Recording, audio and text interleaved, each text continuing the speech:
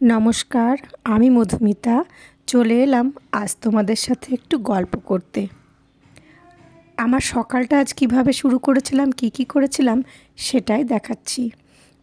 ঘুম থেকে উঠতে না উঠতেই কিন্তু প্রতিদিনই এই প্রদীপ ভাই মাছ নিয়ে চলে আসে। আজকে বেশ বড় একটা মাছ এনেছিল।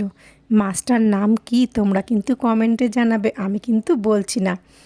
তারপরে চলে গিয়েছিলাম ফুল তুলতে। প্রথমেই গিয়েছিলাম আমার এই টগরের কাছে। এই টগর কিন্তু খুব ফুটছে এখন, তবে একটু পোকাও হয়েছে। আর এই অলকানন্দাটা রঙটা খুব সুন্দর, তাই না? আর আমার স্থলপদ্মটা এখনও কিন্তু একটা দুটো করে ফুল ফুটছে। খুব সুন্দর লাগে আমার এই স্থলপদ্মটা। আর একটু বেলা বাড়ার পরেই কিন্তু এটার রঙটাও কিন্তু পরিবর্তন হয়ে যায়।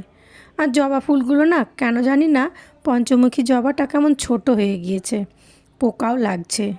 আর এই জবাটাও ফোঁটা খুব কমে গিয়েছে।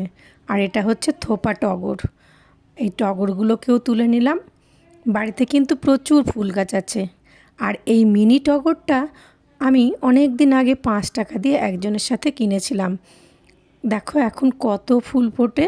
তবে মিনি টগরটা খুব একটা আমি তুলি না। আর এই হচ্ছে আমার কাঞ্চন। এই কাঞ্চনটা হলুদ কাঞ্চন হবে বলে কিনে সাদা ফুল ফুটছে। যাই হোক, কিছু তো একটা হচ্ছে। ভোলে বাবার জন্য কিন্তু তুলতে চলে গিয়েছিলাম একটু আকন্দ। আর তারপরে এই যে বেলপাতা, এখন না খুব সুন্দর বেলপাতা হচ্ছে, কচি কচি, দেখতেও খুব ভালো। কিন্তু আর কদিন পর থেকেই এই পাতায় পোকা লেগে যায়, আর বেলপাতা পাওয়া খুব কষ্টকর হয়ে যায়। ওই জন্য এখন বেলপাতা তুলতে কিন্তু খুব ভালো লাগে, আর গাছটাও খুব সুন্দর লাগছে। তাই কিন্তু তোমাদের সাথে একটুখানি শেয়ার করলাম। আর দেখো কত ফুল তুলেছি আজকে আমি, দেখেছো? এক ঝুড়ি। এবার ফুলটাকে রেখে তারপরে আমাকে আবার যেতে হবে মন্দিরে। আর এই দেখো, শুধু ফুল দেখাবো, আমাদের গাছের লিচুটাও তোমাদের সাথে একটু শেয়ার করে নিলাম। আর এই যে মন্দির বলতে আমাদের বাড়ির দুর্গা মন্দির। বহুদিন ধরে কাকা শ্বশুরই এখানে সকালবেলা ফুল জল বা সন্ধ্যা দিতেন, কিন্তু কাকা শ্বশুর এখন অসুস্থ, সেই জন্য আমি আবার শুরু করলাম। আগে অবশ্য আমিই দিতাম। ঘরটাকে একটু ঝাড় দিয়ে নিয়ে দরজায় জল টল ছিটিয়ে একটু ধূপ ধরিয়ে একটু ফুল দিয়ে রেখে আসলাম মন্দিরে। তারপরে এসে ঢুকেছিলাম আমার নিজের ঠাকুর ঘরে, যেখানে আমার গোপাল, আমার ননিচোড়া আছে সেখানে। দেখো ননিচোড়াকে আজকে কেমন সাজিয়েছি।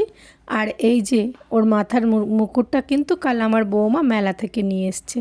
কেমন লাগছে সেটা কিন্তু তোমরা জানাতে ভুলো না। তারপরে ঢুকেছিলাম রান্নাঘরে, যেহেতু ছেলের অফিস, তাড়াতাড়ি রান্নাটাও করতে হয়। এই একটুখানি রান্নায় দেখালাম, আজ একটু চিংড়ি মাছের পাতুরি করেছিলাম। 9টার পর একটু অ্যাপ্রেস আর 2টো ক্রিম কেকার নিয়ে বসে পড়লাম। কেমন লাগলো আমার আজকের সকালটা জানাতে ভুলো না কিন্তু।